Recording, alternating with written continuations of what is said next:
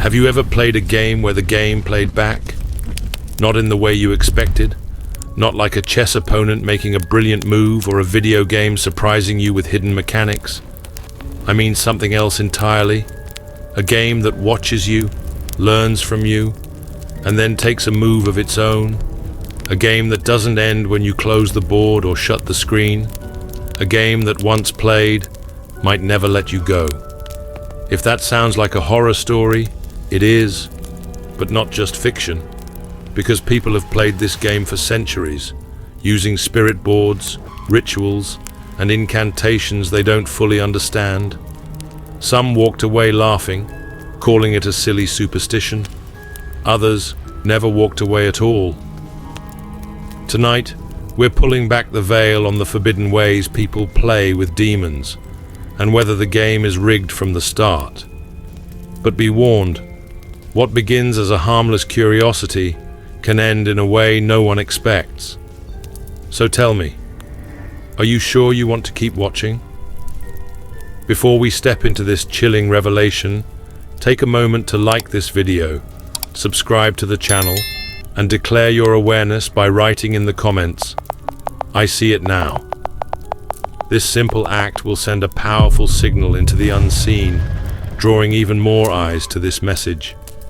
If you're truly ready to face what's hidden, stay with me till the end, because the final revelation will change the way you see everything.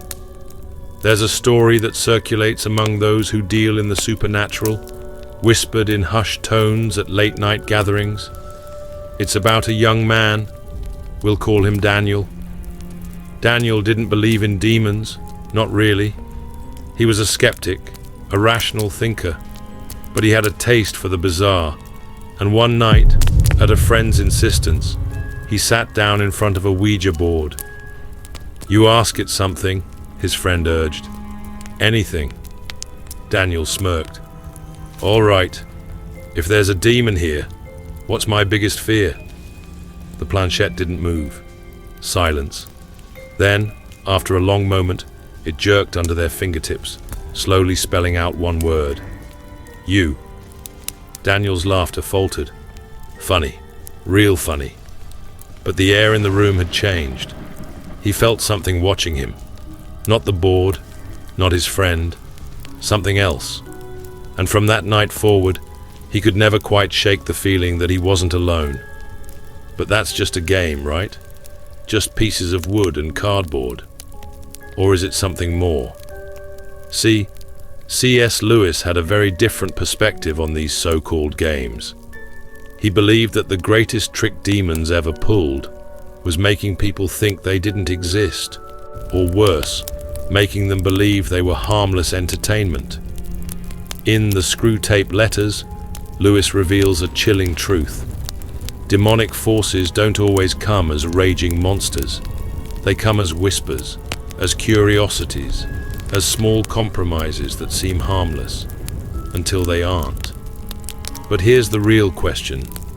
If demons exist, and if they truly interact with us through these games, then why do some people get away with it, while others suffer the consequences? That's what we're going to uncover, because this rabbit hole goes much deeper than you think. There are many ways to play with demons. The Ouija board is just one of them. But did you know there are secret methods, ones most people have never even heard of? Rituals that don't just invite a response, but demand one.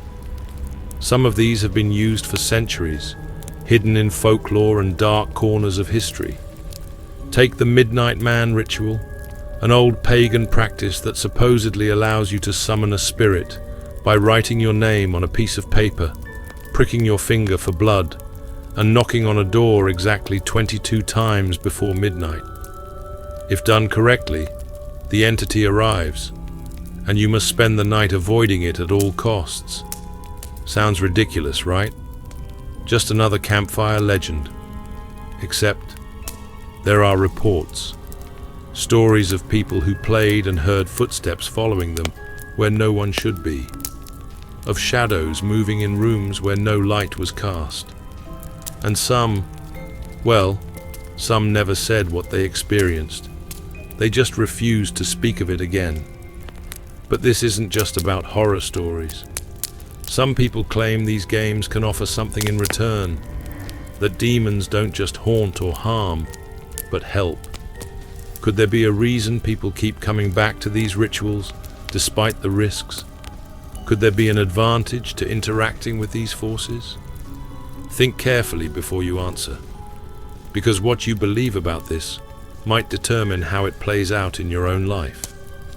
If you've ever played with a Ouija board, tried an urban legend ritual, or even felt something you couldn't explain, tell me in the comments. Just write one word: watched. Let's see how many people have truly felt it. People don't just play with demons for the thrill of it. Some do it because they want something: knowledge, power, even protection. But here's the question no one asks. If demons are so dangerous, why do some people claim they've gained from them? Why do stories exist of those who made contact and walked away, different? You see, there's an idea buried in old folklore, whispered among occult circles, and even hinted at in some ancient religious texts. Demons don't just destroy, they trade. Let's talk about a man named Victor. He was a historian, strictly academic, no room for superstition. But his research led him to an obscure medieval manuscript, one filled with bizarre symbols and untranslated passages. The text referenced a forgotten ritual, one said to summon a spirit that could answer any question, but at a price. Victor, ever the skeptic, decided to test it. The ritual was simple: a dark room, a mirror, a single candle.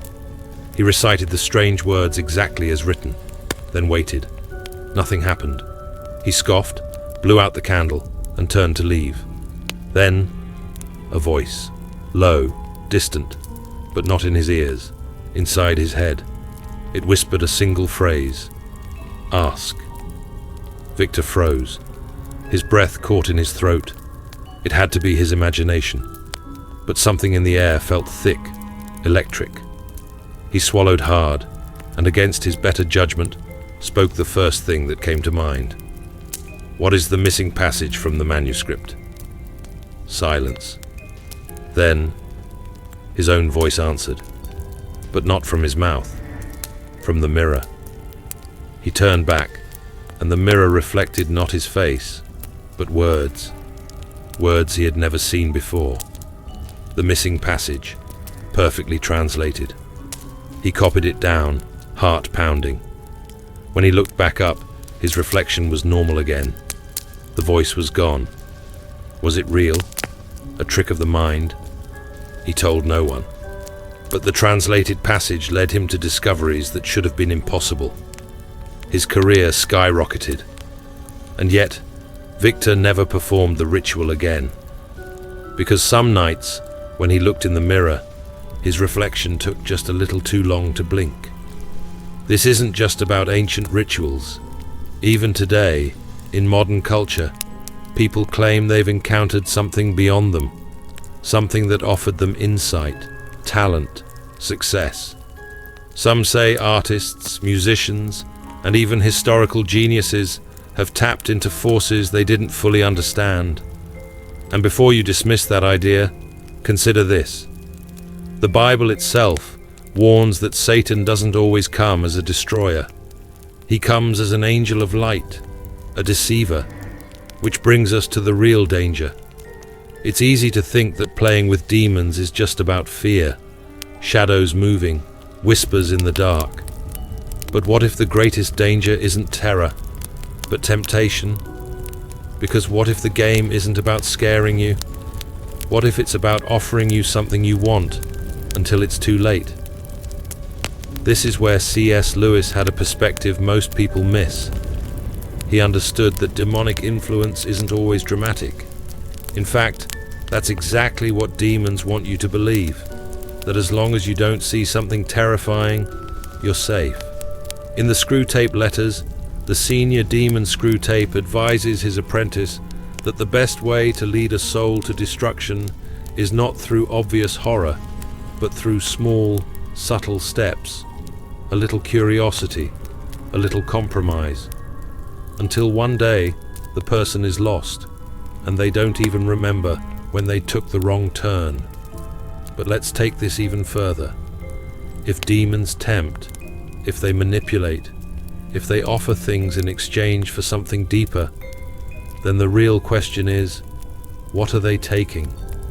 And more importantly, have you already given them something without realizing it?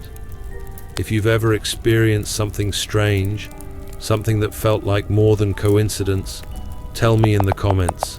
Just write, "I've seen it." Let's see how many people have felt the pull. There's a reason people say, be careful what you wish for.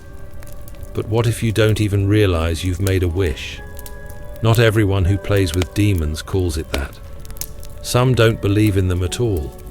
They think they're just exploring, experimenting, or opening their mind to something new. They believe they're in control, and that's the first mistake. Meet Sarah. She never touched a Ouija board, never lit a candle in a dark room, or whispered forgotten words into a mirror.